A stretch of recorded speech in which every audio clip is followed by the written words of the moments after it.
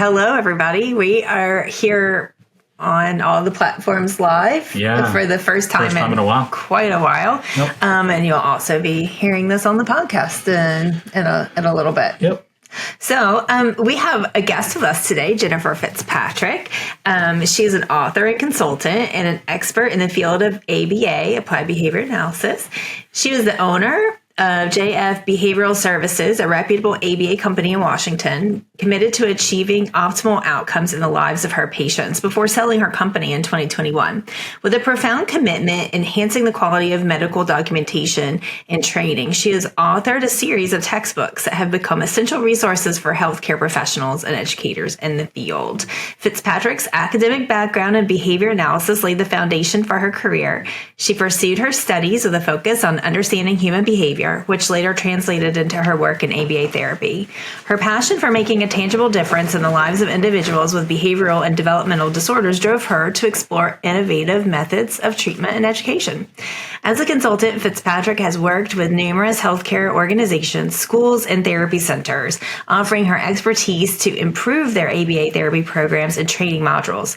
Her approach often involves customizing strategies to meet the unique needs of each setting, emphasizing the importance of evidence-based practices and continuous improvement. Jennifer Fitzpatrick's dedication to her profession is evident in the breadth of her work and impact she has made in the ABA therapy community. Her contributions continue to shape the landscape of medical documentation and training, setting a high standard for excellence and innovation. And today, Jennifer is here to tell us all about her new baby, the conference. Welcome, Jennifer. Thank you. I don't think I've had anyone ever say all that about me, but thank you guys. I know, isn't it? It's like a little uncomfortable, yet a little fun, like to hear all those things said about yourself, right? Yeah. Well, why don't we start off by telling us about the conference? What is the conference and how did it come about? Tell us the origin story of this. The conference was kind of a crazy idea that I had. I had been out of the field for a little while. I've been writing, and I did not realize how small my world was within the field, so to speak, because I had like a really tight-knit group of people that I worked with. So I really hadn't ventured out that much. And then after I sold, because we were in the Pacific Northwest and we were in about 3 or 4 different states, and I don't think I saw the breadth of the community the way everybody else had. And then I sold and I started writing my books with some of my students. And then I went to a couple of conferences and I was like, whoa, what's going on? Like, what are we talking about here? And it was crazy because I hadn't seen anything like that. And I hadn't seen some of the controversy. I hadn't seen the divisiveness. I hadn't seen some of the new practices that were coming in. I knew that there were problems in the industry because I had gone when CASP first was going to put out their policies. I was in that meeting, that first meeting that they had with owners, and I had seen them. And I remember in that meeting, an owner saying at that time, well, what would happen? Because she was asking Eric, what would happen if something happened with the BCBA and it was a reportable offense? And I remember thinking, wait a minute, he just told you that you can pick any time, pick any BCBA. Why would you pick one that you might think would get reported, right? So I was like, wow, and then the questions that I heard were like crazy questions to me, like, how is this happening in our industry? So I had a kind of an idea that there was something going on, but it wasn't until I went to ABAI this last year and I was sitting in one of the conferences, and then one of my mentees was texting me, and she was so upset, like she was almost in tears. And I'm like, what is going on in the room you're in? And basically, there was some people in the room who were standing up and were attacking a professor for sharing ideas. And the ideas were, I'm not sure where the ideas fall in the spectrum of what we want to talk about issues, but were attacking. And she had never seen anything like this. And it was pretty aggressive. Things were being said that were pretty inflammatory. And she was really upset. And I thought, what's going on, guys?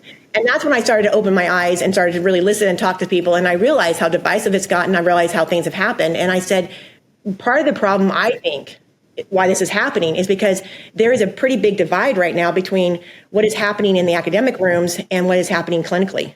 And that is causing a lot of division because I don't think that there is enough guidance on the clinical side to help people bridge that gap. The first, just the research to the clinical. And then I think within the clinical setting, I think young BCBAs are being confronted with things that there's not enough experienced BCBAs to help them guide through, say, ethical and regulations and, all these other issues. So I think we have also a lot of people doing things that they're trying to make it better. They're trying to do the right thing, but they don't know how to because there's not enough experience, because our field is so young and we've had so many BCBAs come into play with not enough mentoring. So I was sitting down having some drinks with a few friends and I said, what are we going to do? What are we going to do? And then I said, let's put a conference together. Let's put these people on a table. Let's all have them sit down and talk, and let's have them explain how this looks in practice. Because I don't think that these views are that different. Like, I don't think anyone would actually say, let's not do certain things, right? Like, let's not follow certain ethical guidelines. Let's not follow certain rules. But in practice, I think that's where a lot of this divisiveness is occurring, because how it looks in practice is different. And I think that's a big diff. I think it's a big deal for why these people aren't seeing that. So I decided to do this conference. And I have never done one before. So this is new for me. I don't know why, but I feel like everything in my life just kind of falls into place if I just go out and do it, I've been very fortunate to have a lot of really good people like you guys.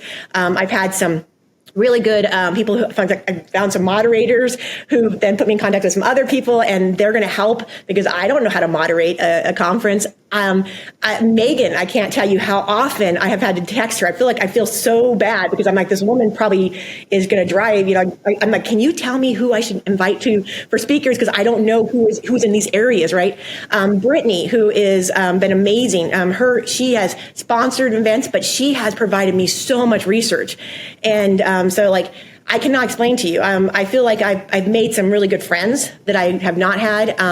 But I just feel like this conference, I try to tell people this is not a conference by normal means. This is BCBAs.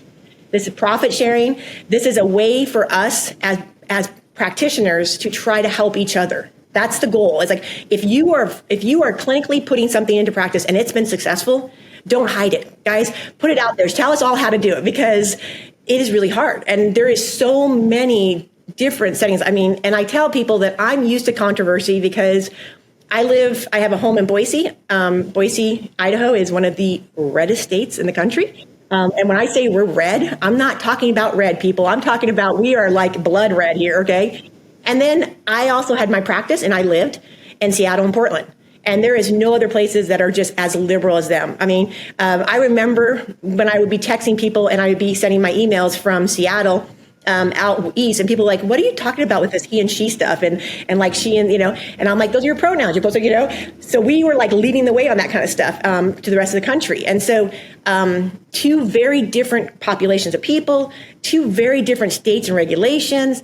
And yet we were very successful as a company. And I think it actually made us stronger. I'll be truthful with you guys. Having as many BCBAs we had on staff, we had about 25. They all came from such different walks. Like, I did not agree with probably 15 of them. I don't really agree with that. I don't know. I personally wouldn't do that. But it fit the families. Like, when I would do intakes, I'm like, this family would be beautiful with Emily, because they fit her style. And by the way, those families loved Emily. They would not have been a good lineup with maybe my style. So I didn't, and when I go out and I see this, I see like companies have one method, one interventions, one this, and I'm like, that cannot serve the population. It only serves maybe 10%, maybe 15%. What about the other 85% of the kids who you are servicing? You've got to have this. You've got to meet the kids and the families where they're at. And I was really shocked by how monolithic, that I guess that's the only way I can say it, places are. And it can't be that way. And I think that's why we got all these little camps all over the place.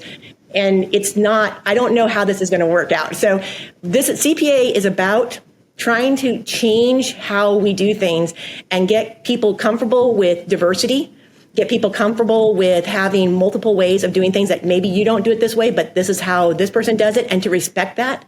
And to also make sure that we stay within the science. Because I think a lot of the reasons why we are falling off the science is because you have people who are truly trying to do the right thing, but have no roadmap. And so they're just changing stuff. They're changing the science the way they think they can, but it's scary. I think that's not how we want to see it done. So that's CPABA.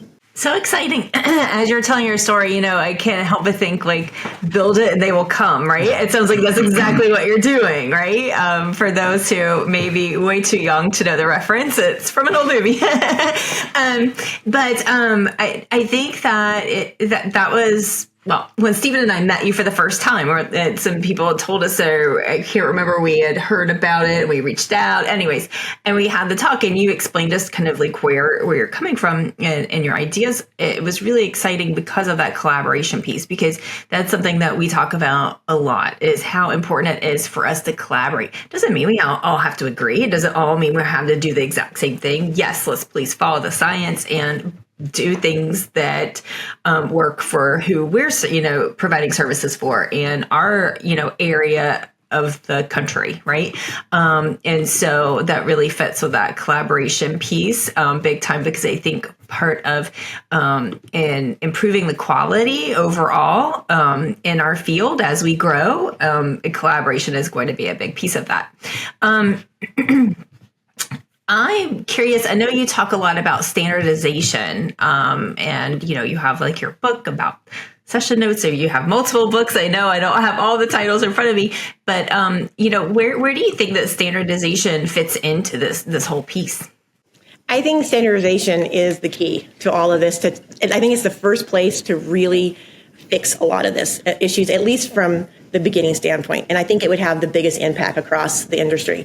The reason why I think standardization in the context of documentation and the procedure side is because I think when we have to be realistic, we don't have enough experienced BCBAs out there mentoring. I think a lot of places we have BCBAs who have less than 5 years, who are in clinical director positions, who are like over a lot of people. I think that we just have to be realistic and pragmatic. That is what's happening. It's by no means a good situation, but it is a situation we're in at this point. Standardization of the documentation would really help in about 4 or 5 major ways. One, it would give, like, I call it like bumper pads on the side of the road to try to keep new BCBAs and young BCBAs from going off into the weeds, so to speak, because they would have a framework to follow.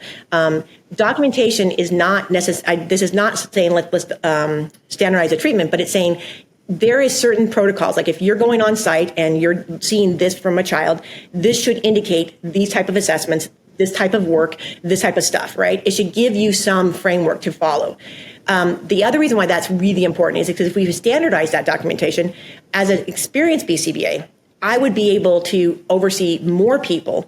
And when red flags would come up faster for me to be able to do it without me actually having to be on those cases. Because right now, just because I'm overseeing something, this is what I can't figure this. And again, this shows the lack of experience by some of the clinical directors. How do you know that those treatment plans are good and those goals are good? Because you almost have to be on site to see if what they did was accurate, because you have no checklist right now. You have no way to see, did their decision making go from point A to point B correctly?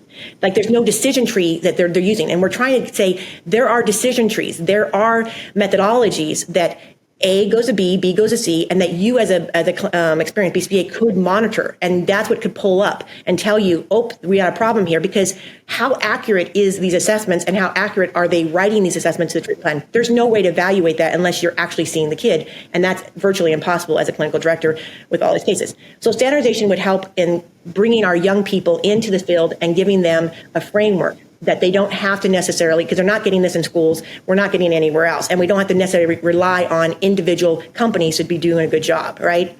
The second part of this is that it would help with quality of care, because now we have a way to look at things and say, wait a minute, you have a 3-year-old who has these mediators. Now, again, I'm not saying that we're going to be able to do this, it's going to be clean, because I never want to see what happened in the 90s and the 2000s when what happened in schools, where they went in, they were evaluating teachers and saying, well, your kid's scores are not high. Well, never looking at the mediators. Well, they were in an extremely poverty-filled school. I mean, you know the thing. I mean, I always made the joke. I can tell you exactly what a school scores are by looking at their poverty levels.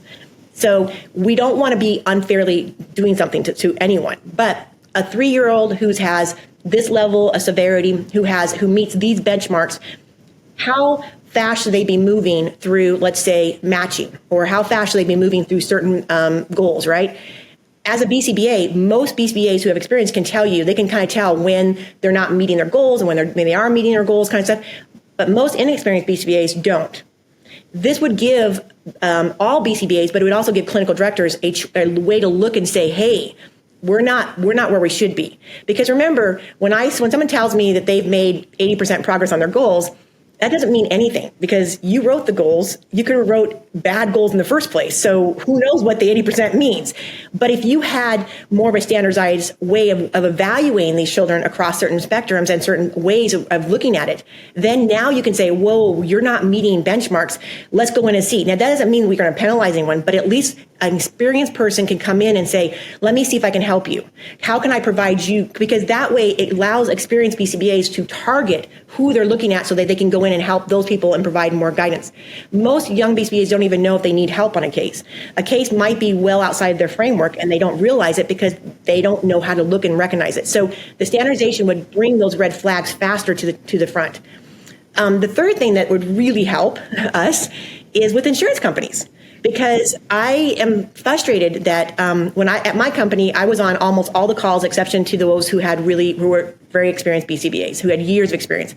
Because the insurance companies intimidate BCBAs. They say, nope, we're not going to do this, we're not going to do that, whatever, right? And I'm like, nope, that doesn't how that works. I would be on those calls and I'm like, no, and I would fight back, and I could use the research, I could use all the things that I knew. So my training plans always went through, so did all my staff. And I made sure of that because we were able to fight back. One of the things about standardization documentation is that if we started standardizing this, we could start using each other as a format to say, no, look, there is now 20,000 kids who we now all have the same documentation. We can now compare, do meta-analysis. We can do all this other stuff with it. We can show that, yes, these hours doing these goals make this difference on these symptoms. Right now, we can't do that. We don't have that ability. And that would really help us with insurance companies, because I think insurance companies are pushing back. We're losing training hours. We're losing the ability to all these things are happening. Rates are changing. It's crazy how vast the rates are across different states. So it's causing issues. And this would be a way to help. It also, and this is one that I think is going to cause the most concern for some people because of how I'm going to say this, but I'm going to say it, okay? Companies that do training and actually train their BCBs, who actually train their RBTs, who actually put the money in, the time in, their numbers are going to be higher. And they can now argue for better rates. Because if I'm spending, and I'm doing 20 hours of RBT training with my BTs before they even get onto a case, I have to absorb that cost in my company. Well, when I absorb that cost, but my BT does so much better, now I have something to argue. But I cannot argue that with the insurance companies, because there are, as we know, a lot of companies that don't do any training. I mean, we have companies right now, like one of my students called me up and said that she was hired to do relief work for like people who were going on maternity leave or whatever. And what she found out was they just put her on the schedule and with her hours, and she was just popping around to cases because they basically wanted to max out the hours. There is no way that that's effective, and we all know that, right? But it's not illegal either. Think about that for a minute. That's not, I'm going, what? That's wrong. So by actually having the standardized documentation, we are now going to be able to compare companies that are doing it the right way, companies that are trying to do the right thing are going to come to the front, and then they're going to have a way to justify better pay and better rates from the insurance companies. The last thing that standardized documentation would do for us, and I hope there's no researchers and no one in the academic community listening to me right now, because this is not what they want to hear, but it would force them to have to think about how they're going to help push their program into practice. And we could provide them the vehicle. So like if they know this is how decision trees are being done, or they can help develop the decision tree and how is it going to run in an actual session? Because we have to fit it into the session note, right? Because our session notes are now standardized. How it's going to fit into assessment, how it's going to fit into the treatment plan, they can then create, as they're creating their programs that they want to push down into clinical practice, they can put them into a format now that makes it digestible into clinical practice. Because as of right now, if a company does not adopt a lot of these, I call them box programs, there's not a lot of way to get them in, and there's not a lot of training. This would allow research to actually get into our clinical practice. And that is another reason. So, and the very last one too, I should probably say this, and this is probably, again, another thing that the bigger companies aren't going to like. But if we train all the same way on clinical work, then when people pop around and we have movement, it's not, one company is not carrying the burden for and subsidizing all the other companies who aren't doing the training correctly. And now we all have to train the same way. So it kind of levels the playing field with that cost too. So I think standardization documentation, it helped out and every healthcare field has done this. Every healthcare field has moved this direction. Hospitals do this. I'm out of the hospital industry, so I've seen this. This is and that's why I probably am good for it. But I also think that it scares a lot of people because it brings a lot of accountability to the table. I mean, it really brings some accountability down because it's going to definitely show a lot of things that are going on that might not be should be going on, so to speak. So I do think there's a lot of pushback because of the fact that I think it's going to do the same thing it did to the hospital industry. It's going to really bring to light what's going on in our industry. So yeah, that's what I've been working on for the last 3 or 4 years. April and I are so honored to have Margin Keepers sponsor this podcast. Running an ABA business comes with its share of challenges. Managing clients, staff, insurance, the list goes on. One thing you shouldn't add to your stress, bookkeeping. That's where Margin Keepers comes in. They're specialists in ABA businesses, which means they understand exactly what we need. With Margin Keepers handling your finances, you can focus on what really matters, your clients and your practice's growth. They're more than just bookkeepers. They're lifesavers in the financial world of ABA. So for peace of mind and expert financial management, turn to Margin Keepers. It's a decision that will lift a weight off of your shoulders. Check out Margin Keepers at www.marginkeepers.com and see how they can help your business thrive. Yeah, I mean, I like the idea of standardization with flexibility, right? And I think that,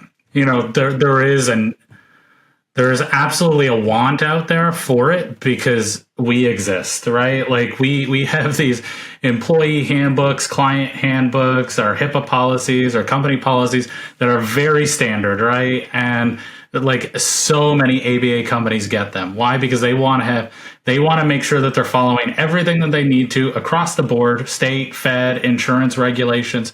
They don't, the question we get a lot is, I don't know what I don't know. So, and they want to do like what's right. Like, I don't know how many times I've heard this over the years. I'm in an uncomfortable, I feel unethical situation. I don't want to do that for my company. I want to make sure that we're following everything that we need to follow and doing everything that we need to. And so that's why they're coming to us, right? Because they don't have the time, and two, they just don't know what they don't know. And so I think that there is a place for standardization with flexibility, right? And so, your services may be different than the services that the next person down the street is. The demographic that you're working with may be different, and all of that's totally fine. But there should be a baseline foundation of what you're doing, right? Like a nurse at a pain hospital or a pain clinic versus, the pediatrician still has a foundation training, right? That it doesn't really matter. Now, their job may be different at that place, and they may have some on-the-job training, right? But they have that foundational level. Everybody knows what they're getting when they hire that person. And I think that that's kind of what is lacking in this field. I know when we talked to Eric from ACQ, the research that he shared is that the average BCBA in this field is 3 years experience. So it's a young field, right? And maybe the way I'm looking at it at this point, we did probably 10 hours of research on I hate my job. We were just listening to feedback on Reddit, YouTube, Twitter, like everywhere, right? And it just seems as though people are doing things that they don't want to do. And after all of the videos and posts that we listen to, I feel like there needs to be some education on, you have an ethic, you have to say no, right? These companies are going to try and take advantage of you. They're going to try and push you to get billable hours when maybe this kid doesn't need 40 hours. Maybe he only needs 25, right? This is going to happen. This is welcome to the USA. This is capitalism, but you have an ethic to follow. You have to maintain that line. And I feel like there's an area there where people are just doing things that they don't like doing them, but they're still doing them. And I don't know if you have any feedback on that or, any thoughts on that. I agree with you. And I think that that's the scary part is, and I'm going to say something in defense of BCBAs, which I can be harsh on BCBAs too, for what I'm seeing, because I'm really shocked by some of the stuff I've seen. But I also want to say one thing in defense of the BCBAs. Most BCBAs are young. They're not like me. I'm in my 50s. You guys are older.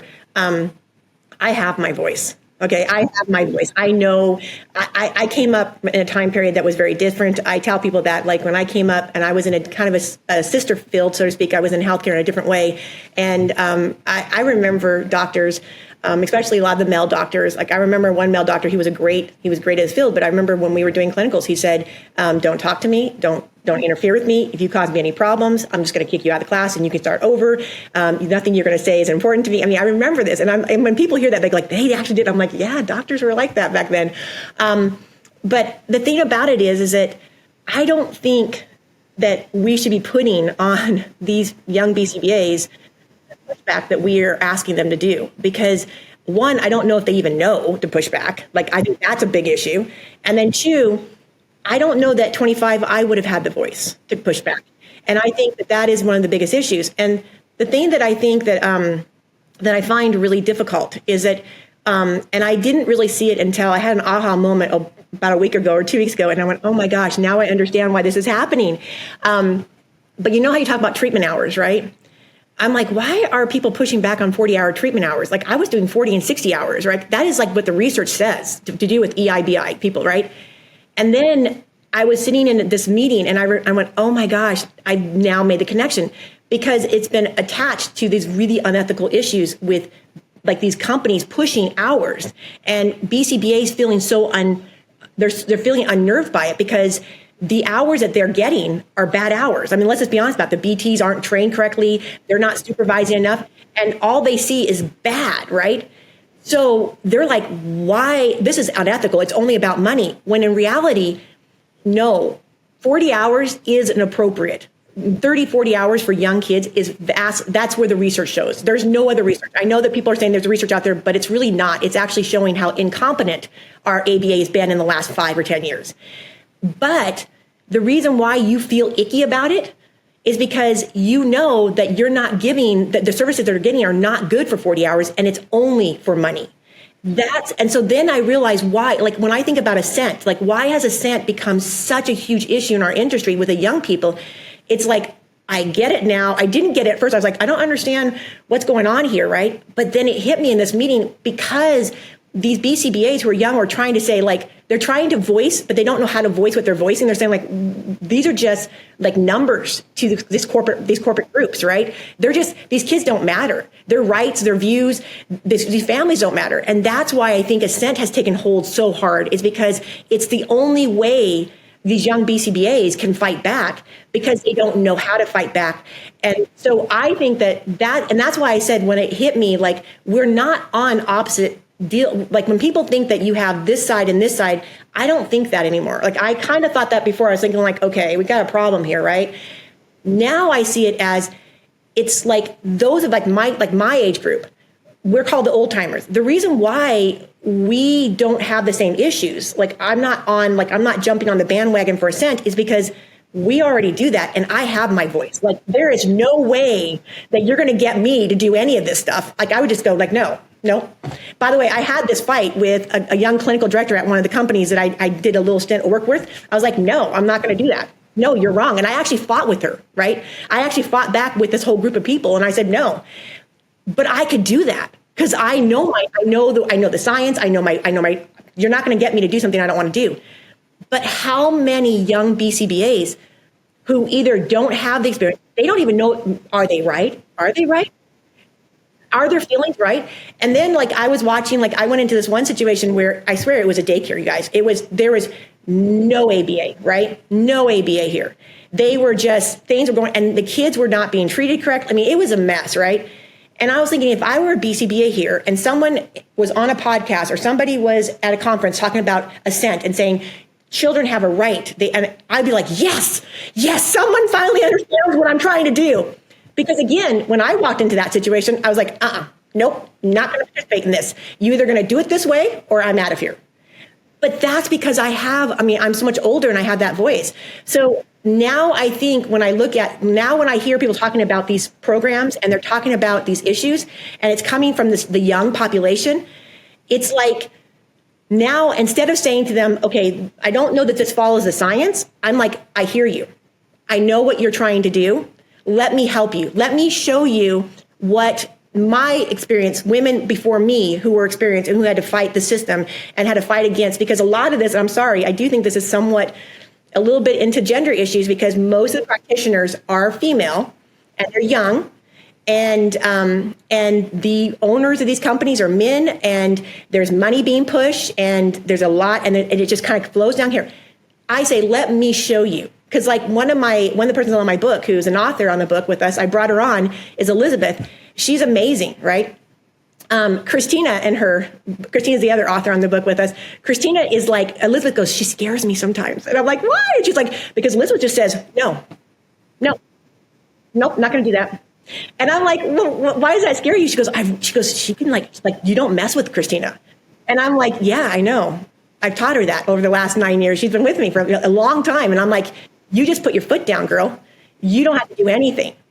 And she knows her power. And now Elizabeth is starting to do that. Like Elizabeth's saying, no. And it's crazy because she's like, I would not have done this in the past. And I'm like, but that's the difference in mentoring. That's where I think a lot of these young people haven't gotten that, because I would not have done that if I had not been with other women and men. I'm not going to say men. There were some men that I worked with who mentored me, and they were like, Jen, you know more than that person does. Why are you letting them lead this? Step into the light there, sweetie. And because I was always the kid in the back of the classroom, I really do not. I mean, I've been in the field for a long time, and I had my successful field practice up over here. I just didn't interact outside my world, and so I don't like the spotlight, so to speak. But I had so many people behind me for 25, 30 years pushing me into saying, nope, you have, this is your voice, use it. So now, like in the CPA conference, I think what I'm hoping is that people understand what's happening. And instead of us, and by the way, I cannot say this enough, we will not win this battle. And I think there is a battle going on if we're divided. That's how they win in the country. That's how they win everywhere. They divide the groups, and then because we're not united, we can't win. The only way we're going to make sure that every child in this country gets the proper ABA, the correct ABA, and that it's being funded correctly is if we all stand together. And that means we all have to get on the same page. We all have to get on the same table. That doesn't mean we have to do it the same way. You can have on this side of the spectrum and on this side of the spectrum, but we all have to have the same concept of what we're going to do, and we're all here to work for kids.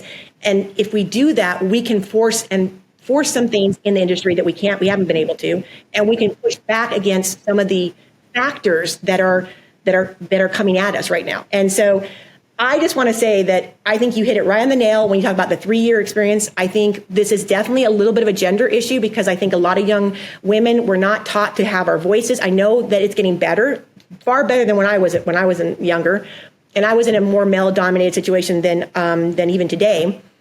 But I think that a lot of the divisiveness is not about the devices. I think it's about people feeling icky inside, not liking what they're seeing, and not knowing how to voice it. Yeah. Mm-hmm.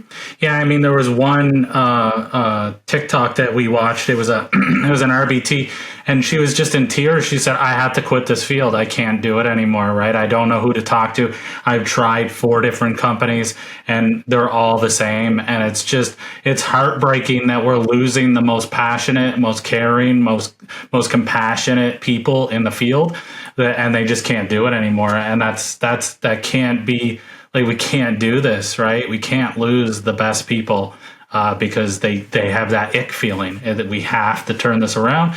And I agree 100%. We have to collaborate with each other. We have to work together.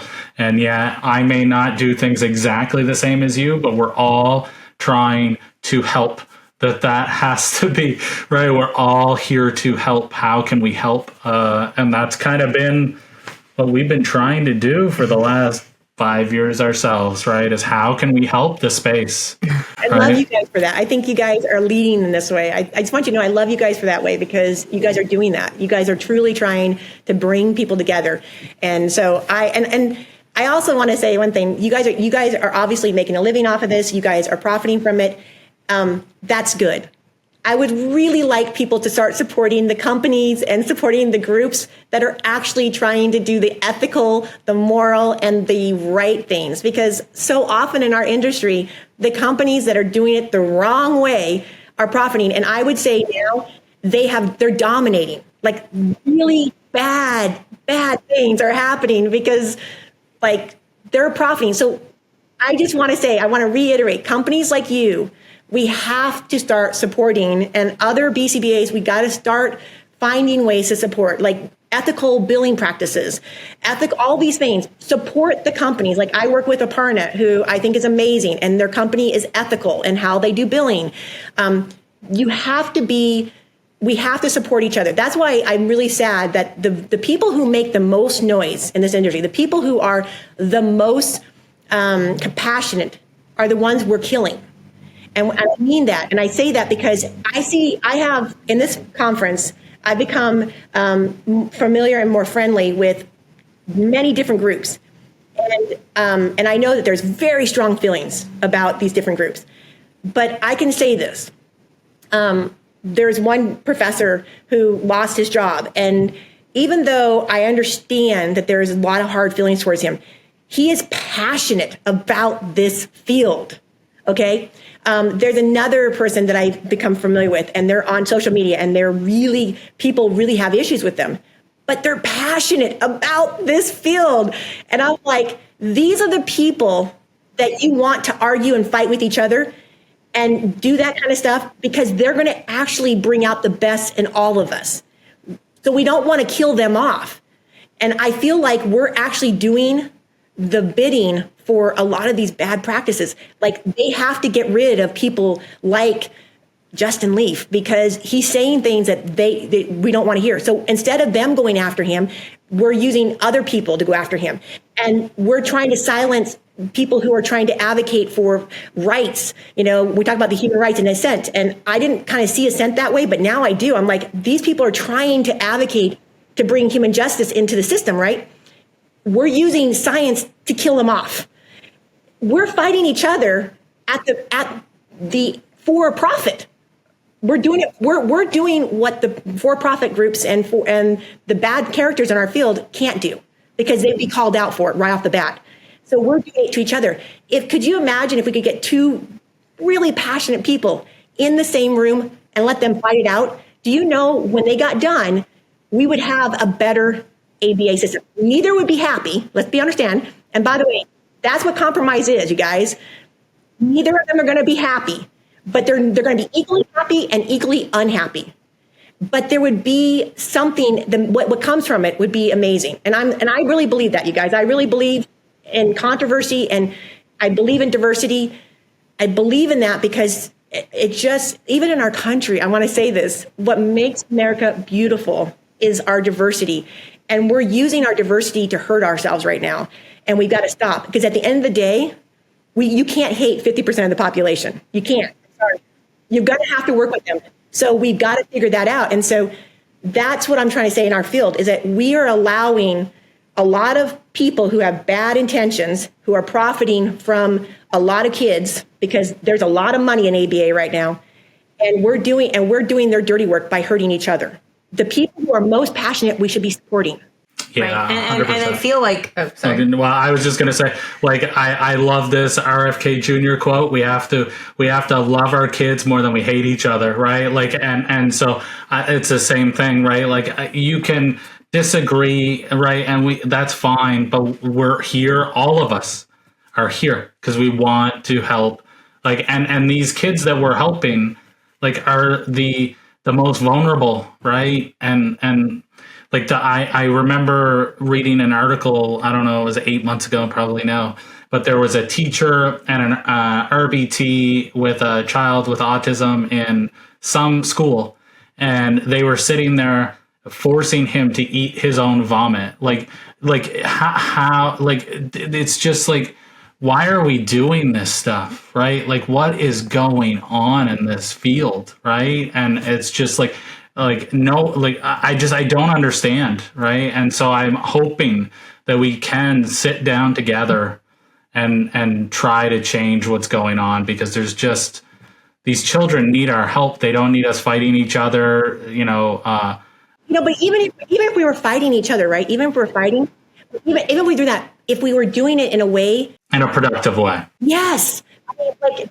I would say, Brittany is one of I have gotten to know her in the last few months. She is so smart, right? She is, because I'm very narrow in what I did in ABA.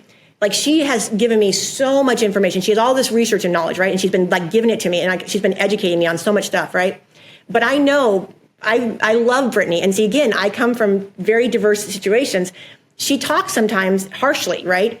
And I could see why this would put off, because you put off someone who's young, because I think like Elizabeth has, like, when we talk, Elizabeth's like, we have to be, and it was funny because I was listening to her and I was like, oh my gosh, you sound like Megan. You have to be curious and you have to think about, and she's very, and I said, so part of the thing that I noticed was it's also a communication issue, because they don't realize, like, what Brittany's saying, if you don't get triggered by the words, but listen to what she's saying, first of all, you will notice that she's passionate and she would only do what's right for the child. I mean, I love what she does. Elizabeth is the same way, right? Elizabeth would only do what's right for the child. But the two of them in a room, if they had to actually get to know each other, they would realize they would give grace to each other. They would say, I know the way you just said this is not the way that I want you to say it, but I know you're doing it right in practice. And that is something I think that the young have not experienced. I think millennials are starting to experience it, because they're getting now policed by the Generation Zers. And they're saying, like, don't use those words. And they're like, wait a minute, we were the ones who were telling baby boomers, because it kind of goes through a cycle, as we know, right? So I also think that by forcing people to come together, like in this conference, you can't hate someone you know. You know what I'm trying to say? You can't. You got to get to know them. I mean, it's easier to hate someone you don't know. It's easier to villainize and make them bad. But when you get to know them and you realize they're actually good people, and you're like, well, then why do you have these views? And then you realize they're just saying it in a way that maybe is different than the way that you've been saying. Because I'll tell you, I have said things like, I say third world country, right? You're not allowed to say that anymore. Now you have to say, yeah, no, is that, yeah, see, our generation, that's how it was all the history books. Now you have to say developing country. I didn't even know that was, and I have a daughter who's 23, and I was in conversation with someone, and I said, and my daughter literally put her hand on my leg and squeezed it, and whenever she does that, I know I've done something. And then later she said, Mom, why would you have said that?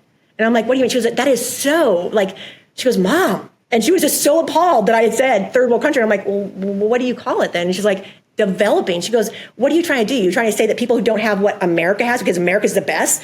And I was like, oh my God, that's not how I even perceived it. I was just using the words that I was taught. And so that's the difference I think is happening even in ABA, because I can tell you right now that that we have more in common. And the young, and I think the young don't know how to fix what they're seeing. And I think that a lot of them are in bad situations right now. Their BTs and BCBAs don't know how to fix it. They don't know how to get out of it. They just feel irky. And I think the people above them don't know how to get out of it either, because they have less than 3 years experience. And those of us who do know how to do stuff, we're not in those systems. Like, there's no way I could survive. I tried working for a couple of different systems. It lasted 2 months. And I was like, I can't do what you want me to do. I'm not running these tests. I'm doing this. But I have that ability to have that voice. So I think that I think having this conference is the first step to bringing these people into a room and let them fight it out. Because I think at the end of the day, if you're smart, you're intelligent, and you care about the kids, you will see that even though the person across from you don't agree with, you're going to see their passion. Because like I've talked to a lot of people from very different backgrounds. And the one thing that I have walked away, the only thing that has made me have hope in all of this, because there's been a lot of things that I was like, wow, what did I get myself into? Was everybody who actually I talked to, they really, truly had a passion for this and they wanted to do the right thing. That was, at the end of the day, that was always there. And I think as long as you have that, I think the rest of it, we can get through it. We can get it. You know what I'm trying to say? Yeah, I hope agree so. completely. I don't know if I agree 100%, but I'm hopeful. So let me say, ahead, I think like connection is super important, right? And there, like you said, if you go into a relationship with someone, even if it's just not a deep relationship, but just a working relationship, or you share a conversation over a drink or whatever, and you get to hear what the other person said. If you're in that place where you can at least be open to consider their point of view, or like you said, to discuss and realize, oh, okay, what you're saying is really not that different from what I'm thinking. It's just being said a different way. Yeah. And, just being able to open up that opportunity for connection and having a place for it. That's what I've been thinking through this whole conversation is like how amazing this platform that you have, like for this conference,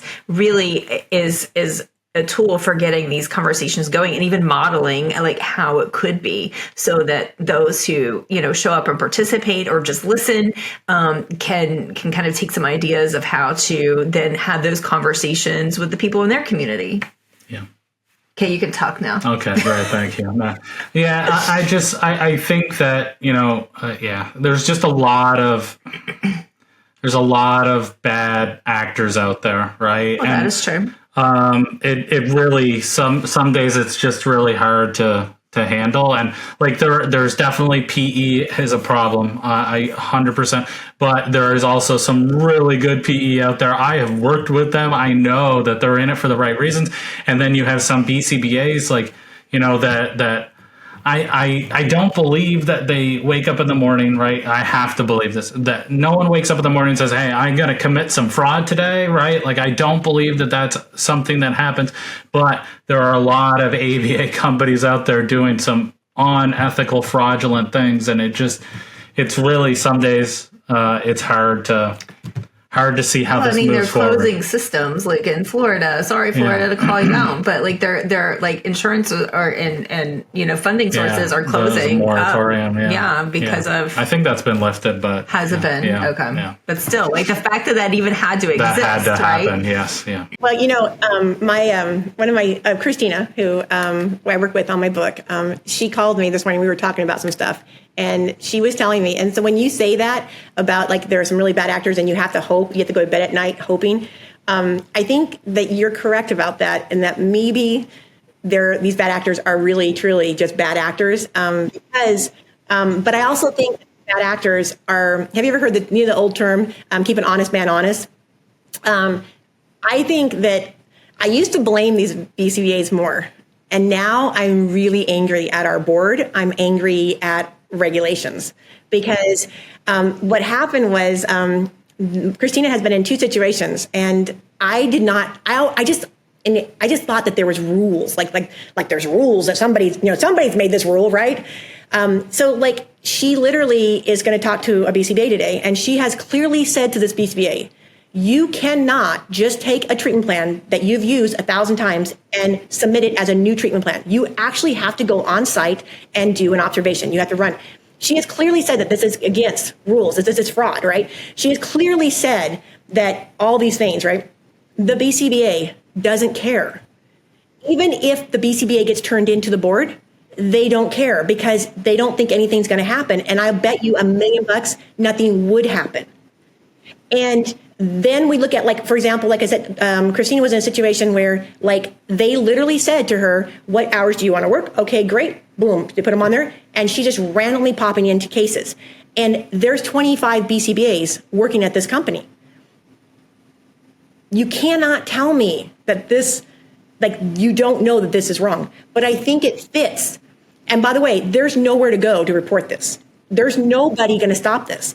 So part of the problem that we have is that we have a wild, wild west out there, and regulations are not in place. And regulations, and nobody is policing this. And so now insurance companies are stepping up to police it. The problem is that they're not going to police it in the best interest of the child or of how the system works. They're going to police it in the best interest of their bottom line. So when I say profit is being the driven factor here, it is being driven because we have no policing force. And I do think that our regulatory boards are trying, I think they're trying to do stuff, but let's talk about the other elephant in the room, right? 85% of people become BCBAs. How do they get out of graduate work and not know how to do clinical work? I mean, seriously, you guys, how does that happen? Okay, there's a complete disconnect from our graduate programs. There should be either a secondary program that they have to go through, that they have to learn. I mean, that's why standardization documentation, if nothing else, that will at least keep all of us in a clinical format because no one else is doing it, right? Absolutely. I mean, I can totally get on my soapbox about developmental appropriateness. And I think, how can you even start to write programming for children, for young children, even at that, and not even know what is expected of other kids that age? And so I do feel like there is a big hole there in the education itself. Yeah. I had an aha moment about that too, because I was talking to some doctors. Like I said, I come out of the hospital industry, and it really undermines our field because a lot of the doctors say to me, how is it that you have so many BCBAs who have no developmental background? They know I have one, but they're like, who, and I'm like, I don't know. We've been talking about it. But here's something that's really interesting about the development thing. Again, I had another one of those aha moments when I was talking to people. I couldn't figure out why there was such a pushback on normalization, neurotypical stuff, why everyone's trying to say we have to be neurodiverse, right? And I couldn't figure out why. I'm like, why is there such a pushback here? Of course, you don't want to make people, I couldn't figure it out. And then I figured it out. Because those of us who are experienced and have been around for a long time, we understand how development works, right? What is development based on? Neurotypical benchmarks, right? Why is this important? Because this tells us where deviation is. And why is that important? Because that helps us diagnose what's going on. Because just because you can't, so for example, if back in years ago, the Easter seals was having this weird situation because on the East Coast, kids were scoring higher. And on the West Coast, they were scoring lower. And they're like, what's going on here, right? And then what they figured out was some of the stuff that they were asking was stuff that was very particular to an East Coast situation, like going upstairs. On the West Coast, we have a lot of just ramblers. We don't have stairs, right? So kids alternating their foot is not something that you would do at a young age because most kids don't have staircases, right? So what they found was that that was the issue, right? Okay, so one of the things that, why this was important that they identified this was because how we treat, if a child is not doing certain things, those are indicators of other issues. And that's also why, when I talk to people, I say, make sure that they have a full SLP assessment prior to starting ABA. And they're like, why? And I'm like, because you can mask symptoms because of how we do ABA. And they're like, and they don't get the importance. I'm like, because if you're an SLP, it's the wealth of the information of all the different areas where you're seeing gaps and deficits, and you're seeing that helps you understand what's really actually happening. A particular deficit or a particular situation isn't going to be an indication. It's the overall group, right? So when I realize that, I understand this from development, right? So if a child doesn't want to stare at me, we don't want to teach kids to look you in the eye. I don't care. If a child doesn't want to do that, I don't have a problem with that. That is one indication per se in a big bowl of other things, right? That might give me ideas about stuff, but in of itself is not. So when I started listening to about this normalization, about social skills and neurodiversity, I realized that a lot of these young BCBAs have no background in development, so they don't understand why there's such an importance placed by other people who do have backgrounds in development, why we're looking at neurotypical behaviors.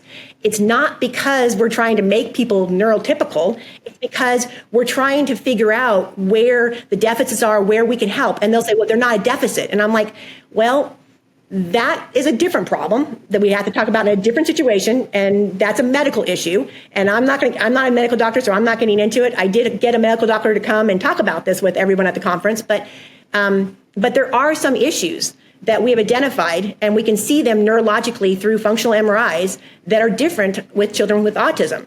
And some of those things do not impact your daily life, and by no means should we be addressing those issues. But the things that are causing impact, we need to address. But the problem is, it's not like A goes to B in our field right now.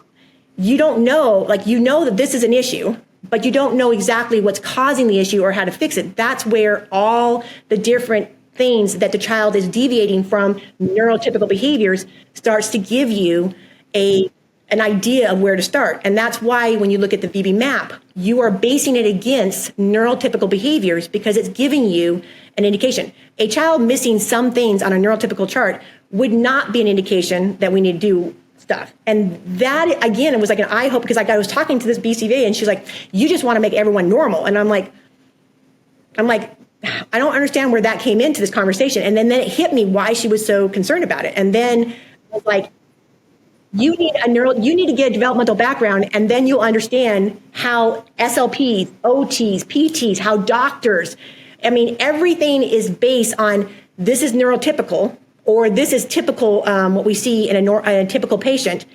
You are now outside that. This is why your white blood count is an issue, why we take all of our counts and we have ranges, and we're saying you are outside this range. That could be an indication for further testing. So, yeah, I had that moment, and I realized if we had required developmental programming of some sort in the graduate work, I do not think we would have the pushback we're seeing about neurotypical behaviors, because I think then they would realize the emphasis is not on standardizing and making everybody look the same and act the same. It's just our way of trying to figure out, how do we help this child? Where can we start interventions? No, I mean, totally. I was in my background and was in psychology, and we learned a lot about developmental through the lifespan, right? And then also as early intervention specialist degree, and then also early childhood, so in those particular, education programs, that's what you learn. You learn a lot about the developmental, but if you're just going straight to the ABA path, then there's a lot of that I think that we're missing for sure. And I think you also learn diversity in development, because I will never forget one of my professors said to me, and I remember because I was young at the time when I was going through the development part of it. She said to me, there is parenting all around the world that would absolutely offend you, Jen, absolutely on all level. And she goes, and guess what? All of those societies are functional and they have competent, happy adults. So she said, it's really easy to judge things based on your principles and your ideas. But I guarantee you, no matter how correct you think you are, you're not. And I was like, really? And she's like, beating a kid. Like, we don't beat kids. I have never, I think it's crazy. I actually, in Idaho, my daughter we came back from DC and my daughter ended up going to school here. I had to sign a form saying that you are not allowed to do corporal punishment with my child. I never thought I had to do that, but I made it very clear, you will not touch my child, right? But here's the thing. I've traveled all around the world, and I am not joking when I say this. I have had to literally brace myself, because I see parents just beating the crap out of their kids in other parts of the countries and other worlds. And I was like, oh my God. But then I remember what my teacher said, and I look around and I'm like, yeah, all these adults are happy. They're functioning. The family units are strong. So, we think of beating as like this ultimate bad thing. And I do think it's bad. I can just see that now. It's going to go out. It's going to go viral on me. But I can just see this happening. But I was shocked by how very different. Like, I've lived all over the world, and I'm like, wow, there are very different ways of how they talk to their kids, how they do things, and yet they're happy. And so even if you think like the ultimate thing is beating a kid is going to destroy a child, it is the same as like sleeping habits and eating habits and, the level of independence that you give your children. And so all of those things may easily be judged by someone else in another walk of life. Or another time period, right? Exactly. And it's not our job to come in and tell a family how to do those things. I know there is a mandated reporter, there is that piece if things are extreme and people are, children are in harm, right? Let's be very clear. You are in America, and if a person is feeding their child, you need to be reporting it. Mandated reporter. But it's you're there to support them. You're there to, not to change their culture. Yeah, we have a very strong Indian population up in Seattle that I used to work with. And in some parts of India, the mothers will roll the food up and they will feed the child up until like age 5 or 6, right? And this is seen as a very particular type of thing in that culture. I cannot tell you how many of my BCBAs would literally flip out about it because they thought that the parent was taking away the child's independence. And they were talking, and I'm like, this is a cultural thing, you guys. And again, it was very interesting to see how hard it was for a lot of the BTs and BCBAs to be willing to accept another form of families or cultures within the framework. And I'm like, you can't report this parent for taking away a child's independence because they're feeding them. This is one, and by the way, it's one thing. It's not like they're doing it across all areas. This is one area. So I agree with you. I think we all talk about diversity. We all talk about accepting differences, but often it's really hard when you see it in practice. I don't think a lot of people actually know what it looks like in practice because I can tell you a lot of my BCBAs were like, I would think at least once a week a BCBA was wanting to report a family for something that I'm looking at them going like, this is not a reportable offense. This is just a cultural difference. And you're going to have to accept that to work with this family. And I was surprised how many, I would probably say 50% of my BTs and BCBAs would not accept those cultural differences. Yeah. And I think too, like with the level of in-home services that there are out there too, that opens up a completely new issue there, right? You're like in their space, and in some cases for 30 hours a week, right? Yeah. And you're in their home, and so there's definitely a lot of learning and a lot of accepting and connection that has to happen, right? And I think that's where a lot of the don't want to go off on like some other tangent, but I think that's where a lot of like the ethical questioning comes into place of like, is it okay to take some water? And there I haven't heard one of those comments in a little while now, but there for a while it was like a big deal about, do I take water? Do I take tea from this family? Am I allowed to do that? And I was more concerned with them coming in and being accepting of their culture in their home, than worried about some, what I felt were minor ethical. I had a lot of my Indian families would bring me in and they don't have there's different cultures in Indian families, so this is mine, but we would come in and then we'd sit on the floor and they would bring in teas and foods. And the first meeting was not like the way you would have in normal situations. They wanted to talk to you. They wanted to get to know you. There was like, we want to understand things. And to not go and participate in that would be, I remember one family the father was very, very, wanted me to have this special tea that they had brought in. They want me, and they wanted to talk to me. They wanted to understand me before they wanted to have services in their home. And having someone in their home, I try to tell people, guys, if you have somebody in your home 30 to 40 hours a day or a week, I was like, and by the way, your best behavior is going to fall down at some point. You cannot tell me that you have not lost it and had you're going to see fights with husbands and wives, and you're going to see parents are going to like lose it with their kid and yell at them. You have got to have compassion because, and by the way, reporting parents when you can do parent training is incredibly bad. It's a bad situation. That's why I said, I think when I worked in very uniquely different situations, like in Oregon, they don't do a lot. There's no physical touching of a child under pretty much any situations, but they'll give 10 different drugs. And I'm not joking. I was like, I stopped doing reviews over there because I couldn't handle how many drugs the kids were on. Right. But that was offensive to a lot of people. Where like in Idaho, they don't do drugs. You very rarely do you see kids on these drugs, but you will see a lot of physical restraining. And to have BCBAs and BTs go across those state lines, it was like walking into two vastly different social worlds. And that's an example. That's probably why I appreciate some of the situation where the BT and the BCBA who are working in Idaho have to work differently than the ones who are working in Oregon. And you have to be willing to maneuver and accept, and you have to be willing to work with the families you're with and their viewpoints and their religious beliefs and their cultures, because at the end of the day, I'm not here to convince everybody on human rights. And I mean, I'm a feminist. I've been a feminist my whole life. I've been advocating for it. And I've worked with Middle Eastern families where there was some, I mean, like the men, it was just a lot of issues there. Okay. I don't care. I'm not here to judge that. I'm here to help your child. And I got to figure out how to make my interventions work for your family and work for your system. And if that means that we have to teach skills that I would not necessarily want to teach it to, say, a young girl, because I don't think that this is stuff that a young girl should do, I don't get to make those cultural decisions. I have to be respectful. That is truly respecting the people you're working with.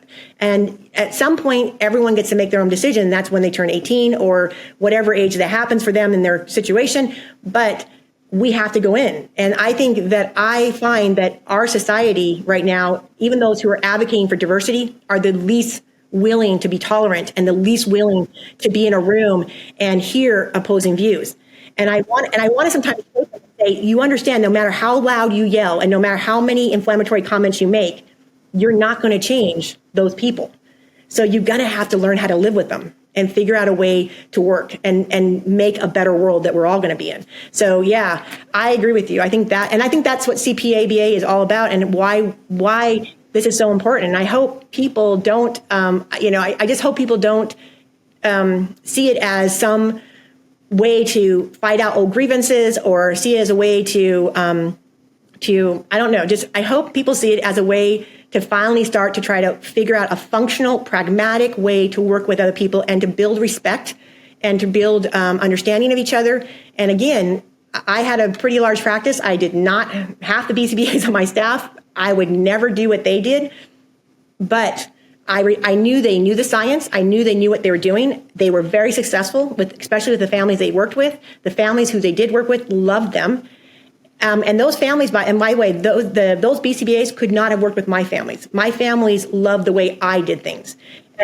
And one thing I really want to say is that when you're mentoring or you're figuring out who you want to mentor with and who you're doing stuff with these young BCBAs, back in the old days in teaching, one of the things that people will tell you is that teaching goes through a cycle where they'll start out and they'll do all group learning, then they do theme learning, and then, it just gets recycled every 10, 15 years.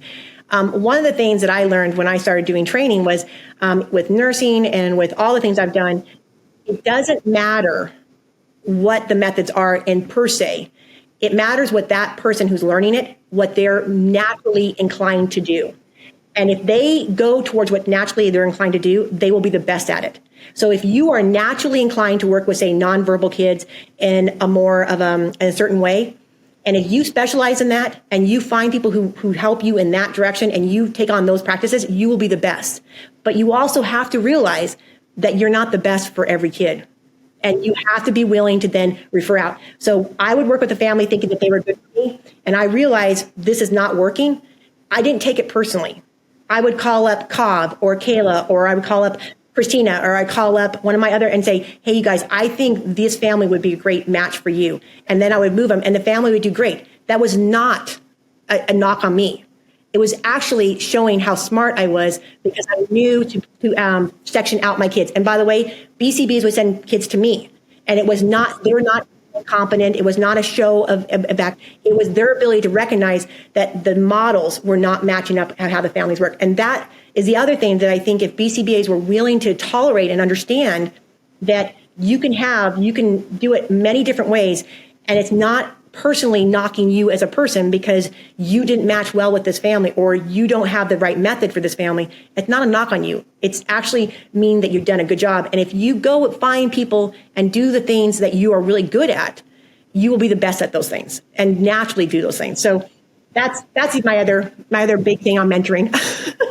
Yeah, it's probably very similar to therapy, right? Like talk therapy or something, right? Like the one therapist is not going to be the best person for everyone, right? They're going to have their own mannerism, and they're going to be able to help a certain type of individual, and it may be maybe they're too brash or maybe they're too straightforward. Who knows, right? But yeah, everybody has their own personality and preferences, and I think it just kind of all circles around to. Sorry about that. I feel like it all kind of circles back around to, we're looking at like tolerance and acceptance of each other as professionals within our field, and then also those of like speech and OT and PT, like the other fields, other professions that we could be working with and helping each other, and then the understanding of the families. It's just kind of like this whole like interconnected piece, of course, and that connection and that collaboration and openness and willingness to like just listen to each other and see what we have to say. I know it's like, of course, April, that's like a perfect kumbaya world that like we all want that. It's not that easy. But I do think that what you're doing here with the conference that you're building, I think is a really great place to start. Hopefully not to start. Hopefully some people have already been working on this, but a great place to show up, Yeah. You know what? Every time I hear people say, "Oh," I'm going to call people out on this one. When I hear people say, "Well, yeah, Jen, that sounds great, but that's not how it works," I'm going to say this. I have very strong views, and I live in literally 2 different states that could not be more polar opposite. I mean, literally, they're the most extremists, and I function just fine. So you know what? You can do it if you want to. It's just a mindset. It's you saying, I'm going to accept that this person thinks differently than me. And keep in mind, when people say, well, that's a human rights issue, let me tell you guys, I'm in a state right now that could kill me or could kill my daughter because of how women's health is being done right now. And I can live here. I live in a state, and I grew up in this state where I was told in high school in my AP chemistry class that women chemically were not as capable as men to make rational decisions because of our chemistry. And I'm not joking. I love Dr. Marvin. He was the best high school professor. I think he was a great man. He was a beautiful man, most caring man. But he actually gave this speech in my high school class. These people have very different views than me, and yet I appreciate them. I can work with them, and I love them. And if I can do it, and I don't think that I'm that unique. I mean, there are some incredibly intelligent people in our field. There are incredibly amazing people. I am like down here, like I just hang out. I was the kid in the back of the classroom who literally would do this in my book and say, please God, do not have that call on me today, right? I was not the kid. I'm not, why I'm hosting a conference, I have no idea, okay? But you can do it. And if you tolerate people who are not doing this, who are not being tolerant, you're just adding to the dysfunction of our country, because our country is having the same issues. We are in a mental health crisis because we're not bonded.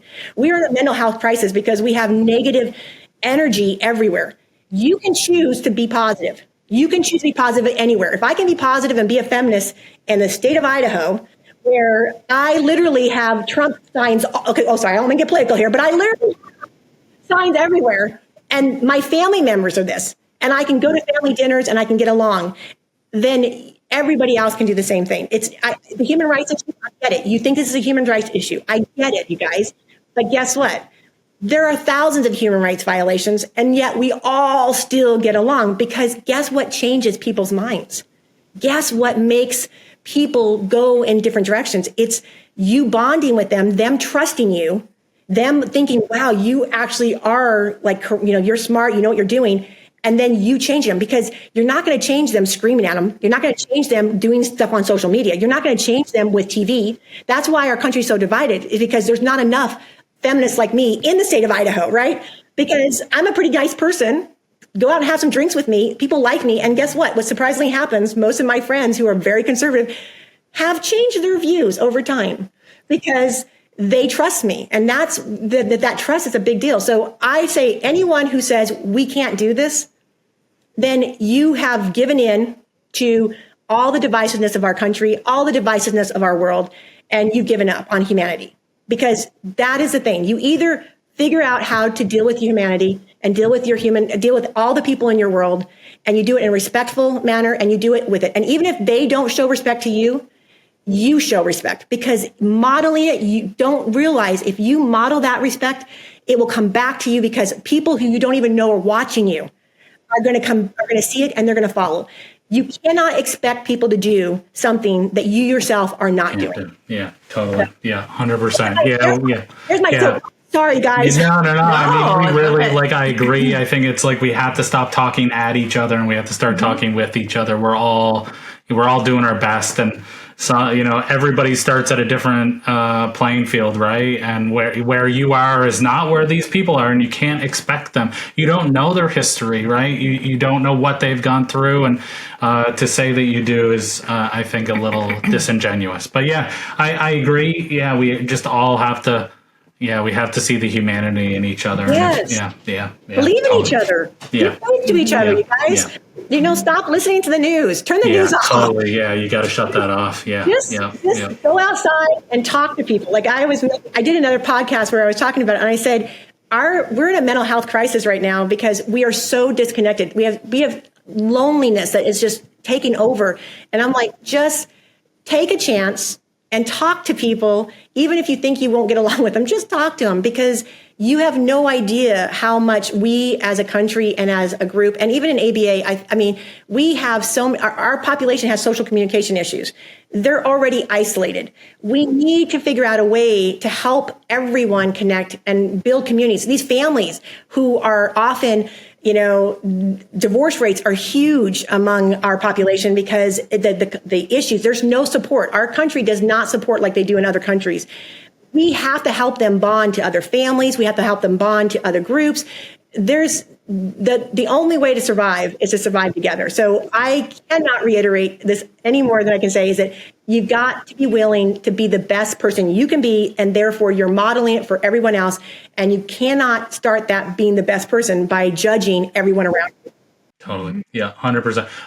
Okay, so we've been talking for about an hour and 20 minutes. I think we should probably cut it at this point. But do you mind just sharing, like, who are the headliners? I know I'm there and April's there, but like, who are the other people that people might want to hear from? I know you got a lot, like, is it at 90 CEUs now, or is it higher than that? We are at 88 to 95 CEUs. It depends on how some of the things shake out, but yeah, and you get those for 6 months. So, and I did 6 months. I think it's crazy because I said, a treatment plan goes for 6 months, right? So if you see something, it's only $200, right? Like, and yeah, we're doing a sales pitch, so get over it. But it's $200. That is a really good price for 90 CEUs, right? I cannot believe you're selling it for that. I don't know. And keep in mind too that the parents can go for $39. That's awesome. And I have said this to anyone: if you are in a situation financially where you cannot afford to come, I'll just take you at your word. Send me an email. And by the way, my email is public. And people ask me, like, are you afraid to put your email out there? And I'm like, my email it's been public for years. And I never thought, because I was never going to be on podcasts and never promoting a CPA conference. But so I said, even if I wanted to pull it back, my email me and say, I can't afford it and I want to go. We'll get you some tickets for free. And by the way, we're doing that across the world too. I'm trying to give tickets away to third world, to developing countries that are because the dollar exchange is really big deal. Like, that's a huge deal, right? So we want people to come. The CEU credits we are not giving away because a lot of these speakers have donated their hours. And let me tell you, they're doing a lot. And it's not just showing up and hanging out. They are like providing auditing sheets. They're providing their whole programs, and they're saying, here it is. And they're trying to help, because again, all of us, I think, who are in this conference see that no matter who you're on the panel with, no matter who you're interacting with, we're all trying to say we have to make ABA better. We have to fix some of these major issues because it's really hurting, not just the children and the families, but it's hurting BCBAs and it's hurting BTs. And we're all trying to do that. So these speakers, so from the CEU side, the speakers, and it's profit sharing, by the way. We're not trying to make money on this. Everybody who participates is going to benefits because that's how we're trying to make this, again, a collaborative environment, not like someone out there did this thing, right? And so you guys, you get 4 tracks over 2 days. We start at 7 a.m. in the morning and we go till 7 p.m. at night. And I will say this, Behavioral Live, I think, wishes that they had talked to me more in the beginning, because she told me, she says, well, you just need like 10 minutes in between, right? And then we talked about the tracks, right? There was for a slight moment there, we weren't sure that Behavioral Live was going to be able to handle the bandwidth of this, because we have lots of speakers on each panel. And I don't think they thought I was going to do this, but I literally we have 10-minute breaks and we have one 30-minute break in the middle of the day. It's straight up content. And they were looking at me. I think Sarah, when she realized what we had done, she goes, what, how many speakers? I mean, what do you, I didn't realize how crazy it was until I was explained to me. But so this is a really good opportunity for you guys. And like I said, your treatment plans are 6 months. If you see something, you're like, oh, this is really important, but you don't use it, then you forget it. You now have the ability to go back during that time period and go use it when you need it. And that is really why we're doing that. It's because we're trying to say that you have the ability to see the stuff for a long period of time. Because I can tell you, if you don't use, you go to something, you get certified and you don't use it right away, you lose it, kind of thing. So yeah, this conference is huge. The big names, I don't know who a big name would be. I mean, we have big names, don't get me wrong, but I don't want to say, because who might be a big name for one person might be a big name not be there. Well, so they can go on to the website, and I have the link here in the comments. So and all of the speakers are listed in there, and so you'll probably find there is a variety of diverse speakers. I will speak to that because I think you guys have done an excellent job. So many areas, so many topics that are so important. But here's the thing, though. The fact that they're on panels together and the way that you have it set up. It's nice because no matter who you're going to listen to, like if, I want to listen to this person, this is my person, they're at this conference, I'm going to go listen to them. You also get exposure from these other people and so you don't even have to like intentionally pick other people. Although I do highly suggest like going to some things that may not necessarily be something you would go to. Try something different and see what it's about. But Jennifer, we thank you so much for coming today. Yeah, really. Thank you guys. Thank you guys. And yes, you guys are helping lead the way, and you guys are helping with this. And I think everybody who's in this conference is doing that. And if you were not in this conference and you're hearing this podcast and you think that you should be one of the panels, or you have a book or you have information that you think would be helpful, if you contact me, I might not be able to put you in the conference because our blocks are pretty solid right now, but I can get your information in. And that way the people who are attending can see it. But you guys are, like I said, I can't say enough positive things about you guys. And I think you guys are helping lead the way and showing how you can be profitable, sustainable, and ethical all at the same time. You don't have to give up one or the other. So thank you so much. Well, I just heard our child get off the bus and head on in. So that's our cue to say goodbye for today. But again, thank you. And to all of those listening and watching, I appreciate you guys being here, and we'll see you next time.